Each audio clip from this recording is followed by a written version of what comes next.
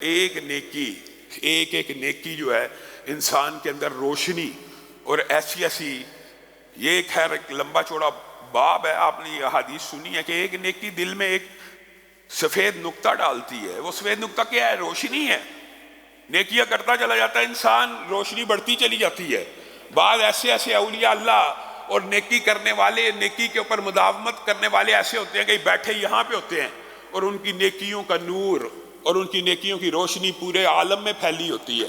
اور بعض ایسے بدقسمت ہوتے ہیں کہ ان کی روشنی اتنی بھی نہیں ہوتی کہ اپنا جسم ہی روشن ہو سکے یا گرد و نواح ہی صرف روشن ہو سکے۔ اور قرآن پاک میں بھی یہ آیات موجود ہیں کہ کل قیامت کے دن جو بغیر روشنیوں کے افراد ہوں گے وہ مومنوں کو وعدے دے رہے ہوں گے، رکو، ٹھہرو، ذرا اپنی روشنی میں ہمیں بھی یہ پل صراط طے کرا دو، اپنی روشنی میں ہمیں بھی یہ ظلمت کی جو طریقیاں، ٹھہر جاؤ، رک جاؤ، ذرا آہستہ چلو، ہم بھی تمہارے نور اور تمہارے جسموں سے اور تمہارے اعمال کی روشنیوں میں اپنا سفر طے کر لیں۔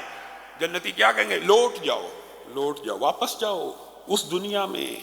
یہ روشنی وہاں سے ملتی ہے، یہ روشنی آج یہاں نہیں کمائی بھی، یہ اس دنیا میں لوٹ جاؤ، اس دنیا میں جا کے اپنی روشنی کما لو۔ اسی لیے رسول اللہ صلی اللہ علیہ وسلم نے کہا تھا تاریک نمازوں کے نمازیوں کو مکمل روشنی کی بشارت ہو۔ تاریک نمازیں کون سی ہیں؟ ہاں مغرب کے وقت بھی تاریکی ہو جاتی ہے، لیکن تاریک نمازیں عشاء کی ہے، فجر کی ہے۔ جاؤ، رسول اللہ صلی اللہ علیہ وسلم نے کہا تاریک نمازوں کو پڑھنے والوں کو، تاریک وقت میں جو نمازیں ہیں وہ جو ادا کرتے ہیں ان کو قیامت کے دن مکمل نور کی بشارت دے دو، مکمل نور کی۔ وہ کوئی نہیں گھبرائیں گے، وہ ذرہ برابر نہیں گھبرائیں گے اپنے نور میں۔ وہ ظلمت کے اندھیرے یا جو ظلمت کی طریقیاں، اور جب روشنی گل ہوگی، کوئی روشنی نہیں ہوگی، صرف ہر انسان کو اپنے ہی اعمال کی روشنی میں چلنا پڑے گا۔ اس دن کے لیے وہ جو روشنی ہے وہ آپ نے اسی دنیا سے لے کے جانی ہے۔ بات آئی ہے ضمنی طور پہ، تو یہ بات سمجھ لیجئے۔ یہاں پہ کوئی 40 سال کا بیٹھا ہے، کوئی 30 سال کا، کوئی 50 سال کا، کوئی 60 سال کا۔ رسول اللہ صلی اللہ علیہ وسلم نے کیا کہا تھا؟ میری امت کی عمریں 60 سے 70 کے درمیان ہوں گی، اور اس سے اوپر تو کوئی جائے گا، میری امت میں سے کوئی جائے گا۔ 30 سال کے بیٹھے، 40 کے، 50 کے، حقیقت دیکھی جائے تو یہاں پہ صرف 40 برس بعد، تقریباً اوسطاً کہہ رہا ہوں، بچوں کو نکال دیجئے، 40 برس بعد اس مسجد میں شاید ہی کوئی نمازی جو آج بیٹھا ہو دوبارہ اس طرح بیٹھا ہو، مشکل ہے۔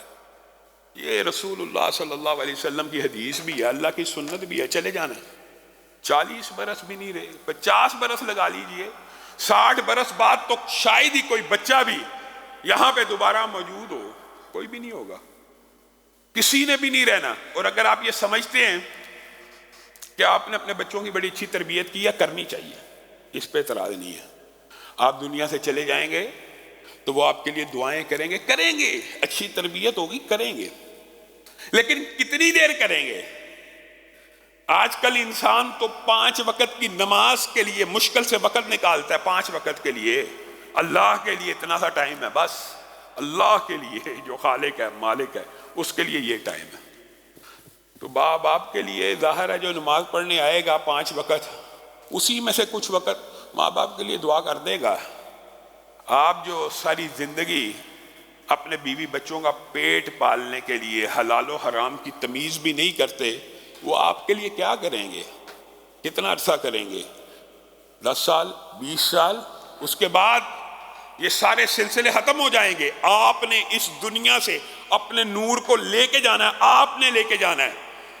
آپ یہ نہ سوچیں، ہاں نیکی کے کام کرنے چاہیے، ایسے اعمال سوچنے چاہیے کہ میں کون سا ایسی نیکی کروں کہ میں مر جاؤں، قبر میں بھی روشنی ملتی رہے، قبر کے اندر بھی وہ نیک عمل میرا ساتھ دیتا رہے۔ صدقہ جاریہ کے اعمال کرنے چاہیے، لیکن وہ اعمال پینڈ نہیں کرنے چاہیے، ان کو مؤخر نہیں کرنا چاہیے، ان کو اپنے بچوں کے اوپر نہیں چھوڑ دینا چاہیے کہ میں چلا جاؤں گا تو میرے بچے میری طرف سے صدقہ کریں گے، میں چلا جاؤں گا تو میرے بعد یہ جو دولت ہے اتنی مسجد کو لگ جائے گی۔ اپنے ہاتھوں سے لگا کے جا، اپنے سامنے لگا کے جا، اپنے سامنے نیکیوں کے کام کر، تیرے دل کو بھی تسلی ہو، تشفی ہو، تو اپنے لیے ان طریق ظلمتوں کی طریقیوں کا نور اسی دنیا سے لے کے چل، اور پھر اللہ رب العزت تیرے راستوں کو، تیرے سارے کے سارے راستوں کو روشن کر دے گا۔ ہاں اسٹرگل کرنی ہے، محنت کرنی ہے، اگر بندہ تگ و دو کرتا رہے، محنت کرتا رہے، اس کے لیے خوشخبریاں بھی ہیں۔